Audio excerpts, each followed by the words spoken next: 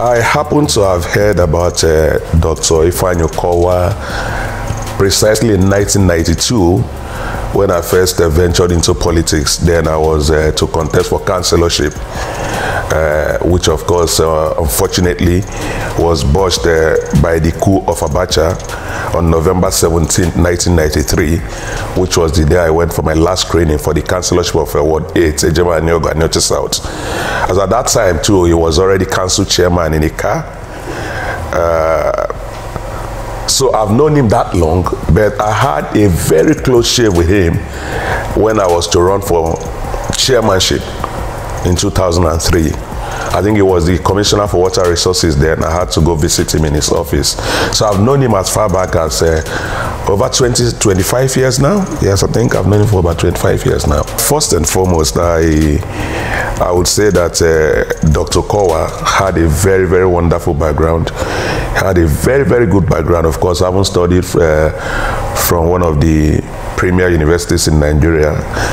At the early age of 21, 22, he graduated from medical school, and he didn't go to any organization to work. He just directly delved into private practice as a medical doctor, and most importantly, in the rural areas. He went back to his area, in the rural area, in Agbo, in Ibaki, and was rendering services to the grassroots.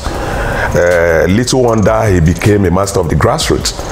So, I mean, that must have informed his decision into service, because all his life he has prepared himself to render service. And I think after that tutelage of having given medical services and health services to persons in the grassroots, I think he decided to look at a higher calling of serving them in a larger capacity and delved into politics. And of course, he had to serve as a councillor, as secretary to local government, a council chairman, secretary to government, and now governor of the, for goodness sake, I mean, he got himself prepared early enough by deciding to delve into the grassroots and render services. I fondly call him Uncle because he's from, the mother is from my place in Ejema Aniogo.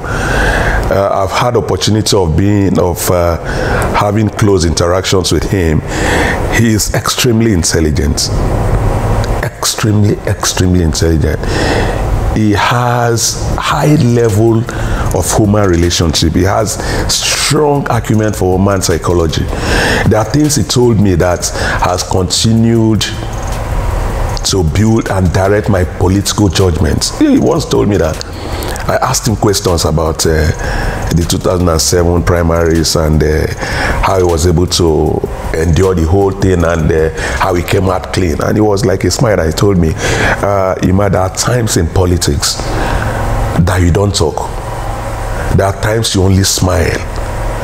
There are times you just cry. Every time and every season in politics has a particular temperament and temperature, and each situation has the way you react to it. And I've continued to use that. You know, he is so deft in strategy, and he's not a loud talker. He believes in actions a lot. You hardly see him boast. You hardly see him say a lot of things. It's not verbose, it's not loquacious. But when he comes out with what he has decided to do, it blows your mind. That is Governor OKOWA for you. That's Senator OKOWA. I tell a lot of persons that have come across me that I've had to describe him to, I say, he's one of the best of his kind. If you're going to contest an election with Senator OKOWA, you must be hyper prepared, because he has a strong eye for meticulous details. He has this eagle eye for meticulous details. He crosses his teeth and dots his eyes. It will surprise you to know that he knows over 95% of everybody in every unit in the state. That is the kind of person Senator OKOWA is. He calls you by name.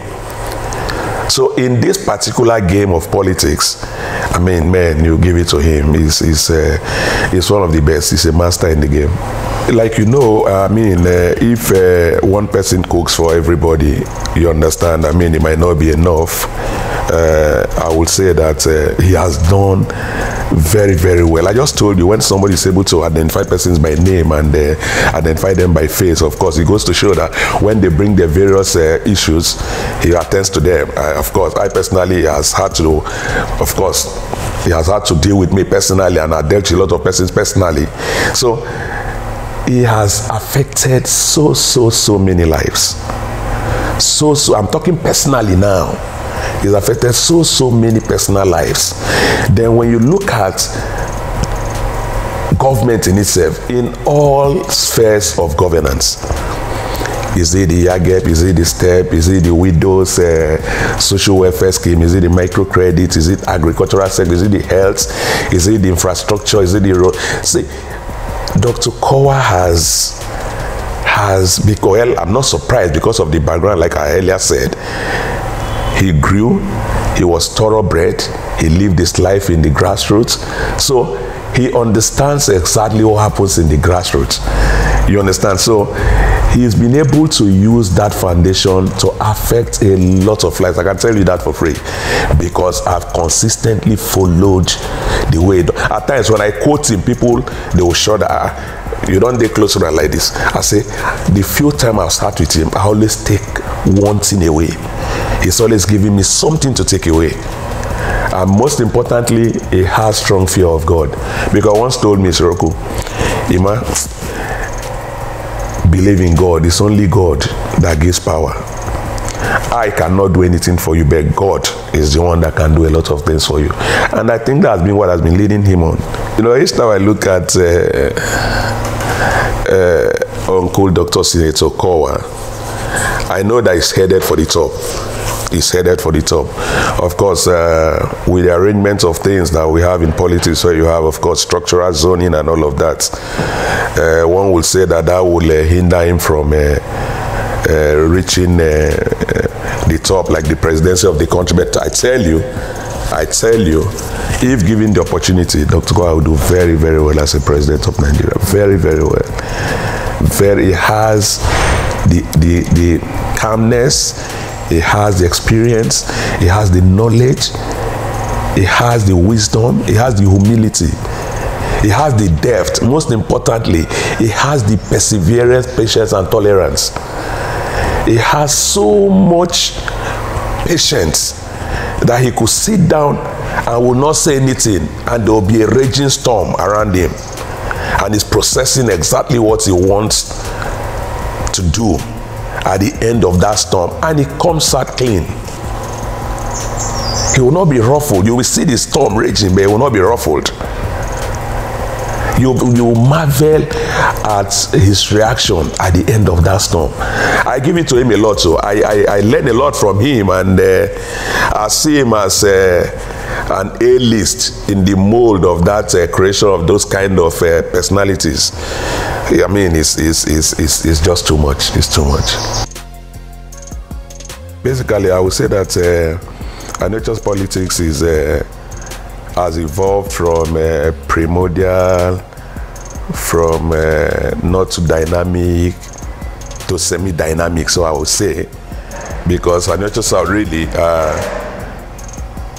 nature's are broken down into three clans really, and the three clans have had a different share of opportunities and advantage. And one of the few politicians in Anyochasa that believes that the three clans must live in harmony, must partner. I don't believe in any clan being a slave to the next clan. I believe in their partnering. And in all the years that I've done politics, people have always known me for that I stand for equity. I don't believe in any clan trying to undermine the other clan. At the same time, I'm not one of the politicians that blame any clan for the inefficiency of any other clan, because every clan has their various advantages that they need to harness to be partners at the table.